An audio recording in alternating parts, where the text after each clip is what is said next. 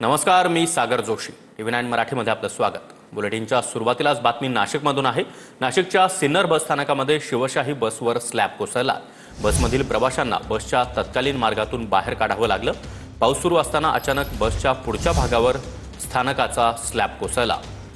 त्यामुळे बसमध्ये असलेले प्रवासी त्यांना आपत्कालीन मार्गातून बसच्या बाहेर काढावं लागलं. हे काही दृश्य देखील आपण पाहतो आहोत.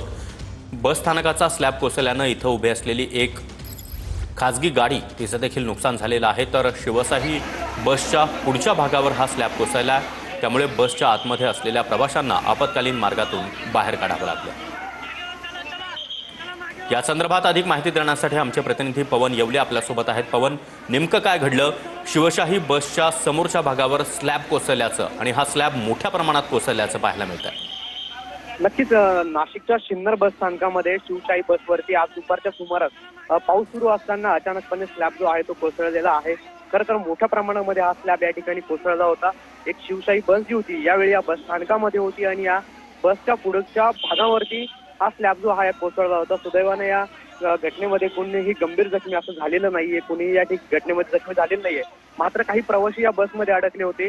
त्यांना बसच्या मागच्या बाजूला जो आपत्कालीन दरवाजा असतो या दरवाजातून बाहेर काढण्यात आलेला आहे आणि या बस बस स्थानकात असलेल्या खाजगी बसचा जे खाजगी वाहन आहे त्याचं देखील या ठिकाणी मोठ्या प्रमाणात नुकसान झालेलं आहे. मात्र ज्यावेळी हा स्लॅब कोसळला यावेळी मोठ्या प्रमाणात गोंधळ जो आहे त्या ठिकाणी प्रवाशांचा उडाल्याचं आपल्याला या ठिकाणी पाहायला मिळालं. नक्कीच पवन, धन्यवाद या माहितीसाठी.